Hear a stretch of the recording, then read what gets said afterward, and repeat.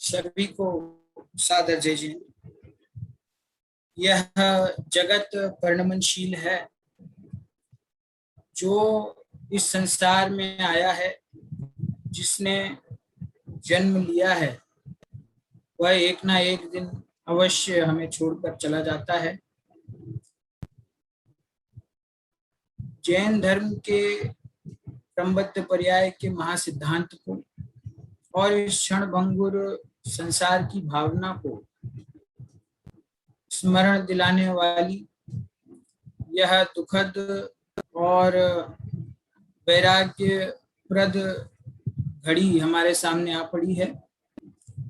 समस्त उन्नेरिया परिवार, जिसमें आदरणीय वीरेंद्र कुमार जी, आदरणीय राजकुमार जी, आदरणीय देवेंद्र जी एवं समस्त परिवारजन यहाँ मौजूद हैं। आपके परिवार पर यह जो दुख का समय आ पड़ा है, हमारे प्रिय आदरणीय शैलेंद्र जी, जिन्हें हम प्रेम से लाला चाचा कहते थे, सभी लोग, सभी समाज, सभी मित्र उन्हें लाला के नाम से जानते थे। वे इस क्रमबद्ध के प्रवाह में आयु कर्म के निषेकों का क्षय होने से हमारा साथ छोड़कर चले गए हैं 2 दिन पहले। उनके स्मरण में आज हमने यह उठावने की वैराग्य सभा यहाँ पर रखी है। आप सभी यहाँ पर मौजूद हैं, उसके लिए आप सभी का धन्यवाद। मैं समस्त उन्नेरिया परिवार के प्रति सभी मौजूद परिवारजनों की ओर से संवेदना प्रकट करता हूँ और इस वैराग्य में समय में हम आत्म ध्यान से बचें, क्योंकि यह स्वाभाविक है कि परिवार के सदस्य के जाने पर सभी को बहुत कष्ट होता है, लेकिन उस कष्ट के समय में यदि हम आर्त ध्यान करें और दुखी और आकुलित हों तो उससे और नवीन कर्म बंध ही होता है। हम पूरा प्रयत्न करें कि हम अपने परिणामों को संभालें और धर्म में लगावें, ताकि विशेष कर्म बंध से हम बच सकें। और इस वैराग्य के प्रसंग पर हमारी भावनाओं को दृढ़ करने के लिए हमारे ही परिवार के सदस्य आदरणीय विद्वान, युवा विद्वान विपिन जी भाई साहब मौजूद हैं। मैं विपिन जी भाई साहब से निवेदन करूंगा कि वे इस वैराग्य के प्रसंग पर अपने उद्बोधन के द्वारा हम सभी परिवारजनों को ढाढ़स बंधावें और हमारी वैराग्य भावना को दृढ़ करें। मैं बिना किसी विशेष औपचारिकता के आदरणीय विपिन जी भाई साहब से निवेदन कर रहा हूं कि वे अपने उद्बोधन को प्रारंभ करें।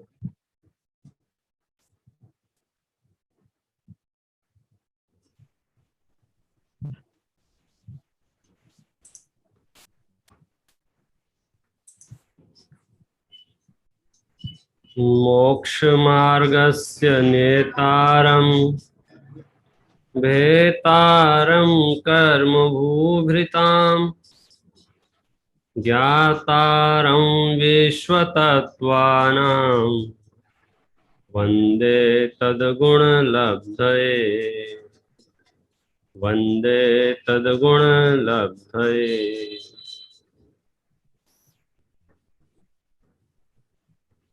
हम और आप सब जिस दुनिया में रहते हैं, उस दुनिया का यह अटल सत्य है। मृत्यु एक ऐसा शब्द है जिससे परिचित तो सब हैं लगभग, और पूरे विश्व में तो इस शब्द को सुनने मात्र से ही रोंगटे खड़े हो जाते हैं। परंतु हमने जिस दर्शन में जन्म लिया है, उस दर्शन में मृत्यु के साथ महोत्सव शब्द जोड़ा गया है। यद्यपि ये सुनने में बड़ा अटपटा लग सकता है। जन्म महोत्सव तो हमारी समझ में आता है, अन्य महोत्सव तो समझ में आते हैं, लेकिन मृत्यु में महोत्सव कैसा है? ये तो हमें जैनाचार्यों की शरण में जाके ही समझ में आएगा कि जिस शब्द से पूरी दुनिया थर थर कांपती है, हम यहाँ उसको बड़ी सहजता से स्वीकार कर लेते हैं। इसका मूल आधार लगभग लगभग हम सब बचपन से पढ़ते आए हैं, सुनते आए हैं। शायद ही कोई ऐसा होगा अपने परिवार में जिसने राजा राणा छत्रपति हाथ इनके असवार, मरना सबको एक दिन अपनी अपनी बार ये ना पढ़ा हो। लेकिन हमने औरों के लिए पढ़ा है। जब ये परिस्थितियां हमारे ऊपर बीतती हैं तो हमारा अंतर्मन कहता है कि उपदेश देना बहुत सरल है, जिसका जाता है वो जानता है, जिसके ऊपर बीतती है वो महसूस करता है। लेकिन मैं तो ये कहना चाहता हूं इष्टोपदेश ग्रंथ के आधार से कि हम किस भ्रम में हैं कि हम औरों के लिए कुछ कह रहे हैं, औरों के लिए कुछ कर रहे हैं। उसमें एक श्लोक है, उसमें लिखा है, कष्ट और के देखता पर अपनी सुध नाहि, तरु पर बैठा नर कहे हिरण जल्यो बन माहे। आप ये समझ लीजिए पूरे जंगल में आग लग गई हो और आप किसी वृक्ष के ऊपर चढ़ जाएं और उस वृक्ष के ऊपर बैठकर चारों तरफ देखकर कहें, देखो बेचारा वो हिरण जल गया, देखो बेचारी वो गाय जल गई, वो पेड़ जल गया, ऐसे दूसरों पर करुणा करें। लेकिन आप उसकी परिस्थितियों की सत्यता तो समझो। उन परिस्थितियों की क्या सत्यता है? उसकी यही सत्यता है कि वो जिस वृक्ष के ऊपर बैठा हुआ है उसके चारों ओर आग लगी हुई है, मतलब उसका भी नंबर कभी भी आ सकता है। तो 5-10 साल पहले हम एक अलग दुनिया में जी रहे थे और हम इस रूप से मानसिक तैयार थे कि पहले व्यक्ति बूढ़ा होगा, फिर कुछ रोग होंगे, फिर धीरे धीरे धीरे धीरे समझो उसकी आयु पूर्ण होगी। वर्तमान परिस्थितियां एकदम विषम हो गई हैं और हमारे पास रोज कैसे समाचार ये मिलते रहते हैं जिसमें आयु की कोई सीमा नहीं रह गई है, जिसमें धनवान निर्धन की कोई सीमा नहीं रह गई है, जिसमें जाति पंथ संप्रदाय की कोई सीमा नहीं रह गई है। मतलब बिना किसी भेदभाव के मृत्यु सबके ऊपर कभी भी कहीं भी आ सकती है और ये बात सबको महसूस भी हो रही है। ऐसी परिस्थितियों में हम क्या करें? देखो, जिस जीव की आयु पूर्ण हो गई है वो तो जा चुका है। यद्यपि हमारे परिवार का सदस्य हम यहाँ शोक मग्न हैं, आप एक क्षण के लिए कल्पना करके देखिए, जहां भी ये जीव गया होगा वहां ये कहा जा रहा होगा गुड न्यूज है। हो सकता है मिठाइयां बांटी जा रही हो, मुस्कुराहट आ रही हो, प्रसन्न हो रहे हो। यही जीवन यात्रा का सत्य है कि एक जगह वियोग होता है तो दूसरी जगह समझो उसका जीव का हमारे यहाँ क्या वस्तु व्यवस्था में आत्मा बिना शरीर के संसार में 3 समय से अधिक नहीं रह सकती। मतलब आप ऐसा नहीं है जो जगत में कल्पनाएं कर रखी हो कि आत्मा भटकती हो, आत्मा को शरीर नहीं मिलता हो। यहाँ तो शरीर छोड़ा और 3 समय का मतलब ये होता है 1 सेकंड में असंख्यात समय होते हैं, अनलिमिटेड समय होते हैं। समझ लीजिए, आप गिन नहीं सकते इतने समय होते हैं असंख्यात समय में 1 सेकंड में। तो 3 समय में तो दूसरा शरीर मिल जाता है और जहां भी शरीर मिला होगा, जिस माँ के गर्भ में गए होंगे, जहां जन्म लिया होगा, वहां प्रसन्नता का माहौल होगा। तो ये तो सांसारिक सत्य है। बात यह है कि हम क्या करें, हमारे पास क्या उपाय है। जो बीत गई वो तो बीत गई। वास्तविकता ये है कि बचे हुए जीवन को यदि हम थोड़ा बहुत भी उपयोग, उसका सदुपयोग जिन शासन को समझने के लिए करते हैं, जैन दर्शन के सिद्धांतों को समझने के लिए करते हैं, आत्म कल्याण की भावना भाते हैं और मानसिक रूप से यदि हम परिपक्व हो जाते हैं तो वास्तव में बड़ी सी बड़ी विषम परिस्थितियां भी हमारा कुछ नहीं बिगाड़ सकती हैं। हम ये अनुभूत कर रहे हैं, लोग बीमारियों से तो जो मर रहे हैं या जा रहे हैं वो तो जा ही रहे हैं। आधे से ज्यादा लोग बीमारियों के भय से पीड़ित हैं। कितने ही लोग तो उस मृत्यु शब्द को सुन के ही पीड़ित है। सामान्य सर्दी जुकाम होती है तो भी उसको यही लगता है कि बस मैं मरा, यद्यपि वो मरण को प्राप्त हो सकता है, तथापि ये निडरता आपको लानी ही होगी। और उसका आधार मैं आपको बहुत मजबूत देता हूं, उसको गांठ बांध लीजिए। 2 तरह की आयु होती है, एक वर्तमान में जिस शरीर में हम रह रहे हैं वो आयु, और एक अगले भव की आयु। तो अगले भव की आयु तो वर्तमान में हम बांधेंगे, और जब तक वो उस भव में नहीं पहुंच जाएंगे तब तक उस आयु में उत्कर्षण अपकर्षण वो सब चलता रहता है। जैसे राजा श्रेणिक का आपने सुन रखा है, यशोधर मुनिराज के गले में सर्प डाला, 7वें नरक का उसको बंध हुआ, बाद में परिणाम उसके विशुद्ध हुए, प्रायश्चित रूप परिणाम हुए, 7वें नरक से पहले नरक में आ गया। आप समझे? तो ये क्या परिस्थिति, ये अगले भव के बारे में। लेकिन वर्तमान में जो अवस्था मिल गई है, जितने वर्ष की आयु आपकी है, 70 की, 50 की, 20 की, 60 की, आप गांठ बांध लीजिए। 1 दिन पहले, 1 घंटे पहले, 1 मिनट पहले, 1 सेकंड पहले भी आपका शरीर नहीं छूटेगा। भले ही आपके सर पे, मैं तो यहां तक कह देता हूं, परमाणु बम का भी परीक्षण किया जाए, आयु पूरी नहीं हुई होगी तो आपका शरीर नहीं छूटेगा। और आयु पूरी हो जाएगी तो बहुत अनुकूल परिस्थितियों में भी कोई नहीं बचा पाएगा। ये हम देख रहे हैं। आप जो चीजें हम शास्त्रों में पढ़ते थे, शास्त्रों के भरोसे सोचते थे कि जीव अकेला आता है, अकेला जाता है, कोई संगी साथी नहीं है, रुपया पैसा पद प्रतिष्ठा कोई काम की चीज नहीं है, आज हम वर्तमान परिस्थितियों को अनुभूत कर रहे हैं। वो बड़े बड़े पत्रकार हों, बड़े बड़े करोड़पति हों, तिजोरियों में करोड़ों रखे हों, वे भी हमको सामने सामने 2 दिन में 4 दिन में जाते हुए दिख रहे हैं। और जिनके पास कोई व्यवस्थाएं नहीं है, जिनके कोई ठिकाने नहीं है, वे भी जीते हुए दिख रहे हैं।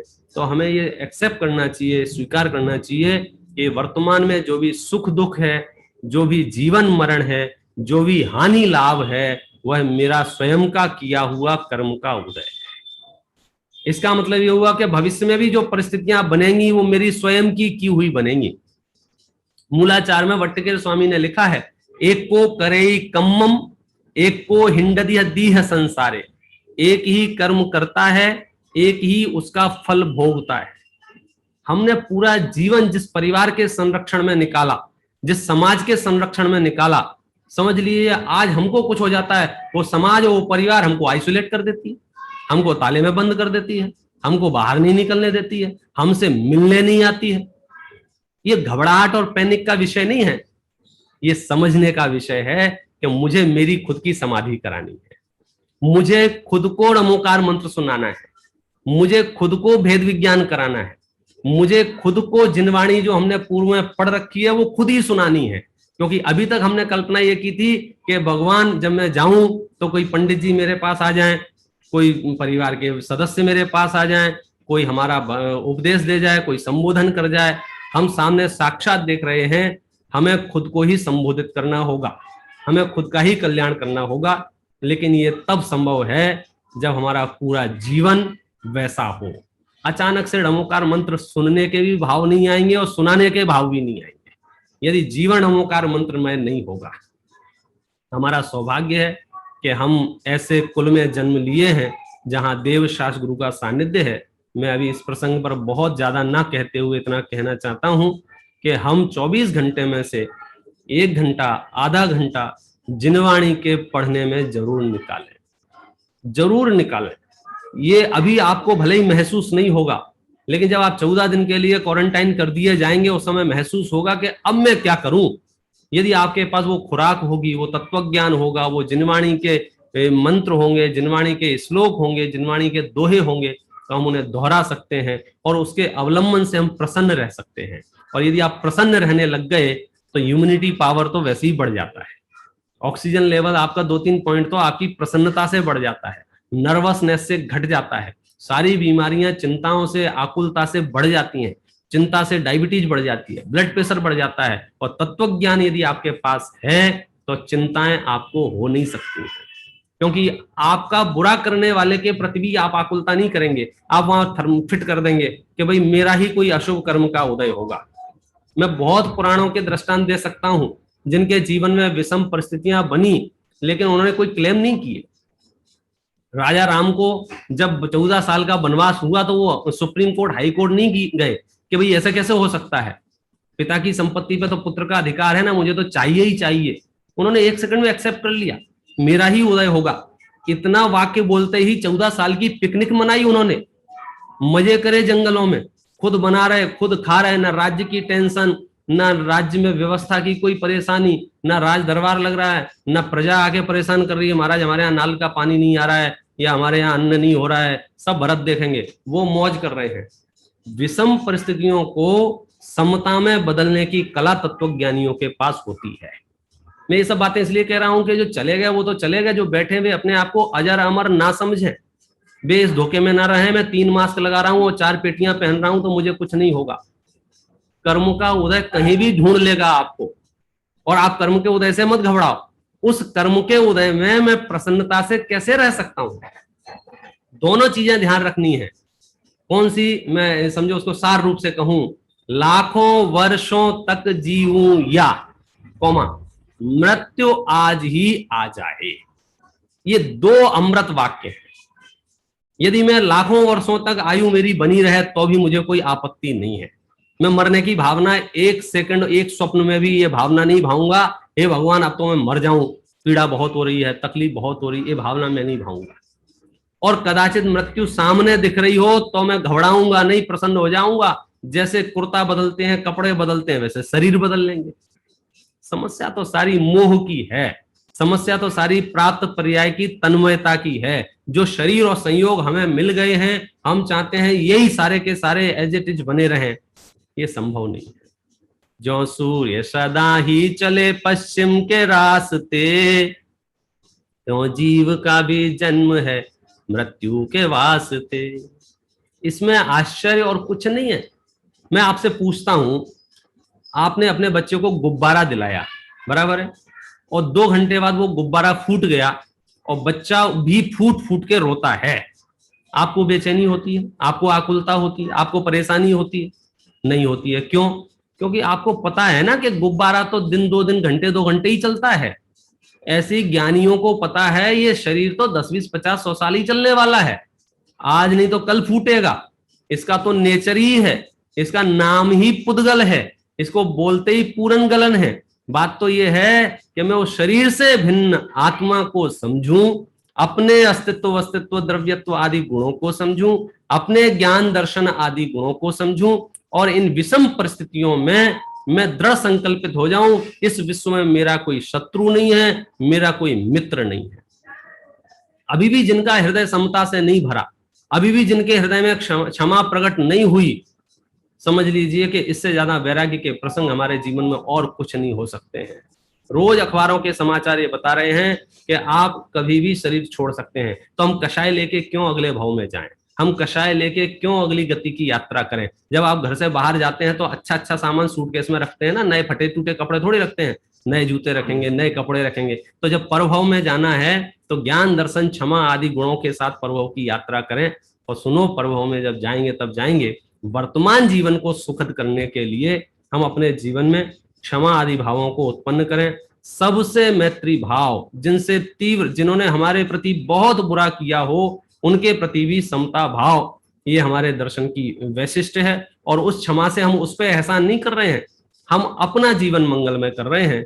मैं तो अभी इतनी ही बात कह के विराम करूंगा कि उनके परिवार ने, मैं तो गया देखा, सब बातें हैं, बहुत मेहनत की, साक्षी ने बहुत मेहनत की, बाबू भैया ने बहुत मेहनत की, मतलब पूरा परिवार ने अंतिम समय तक जो उन्होंने श्रम किया, भैया वृत्ति की, साक्षी खुद ड्रेसिंग करती थी उनके पैरों की, सारी चीजों की।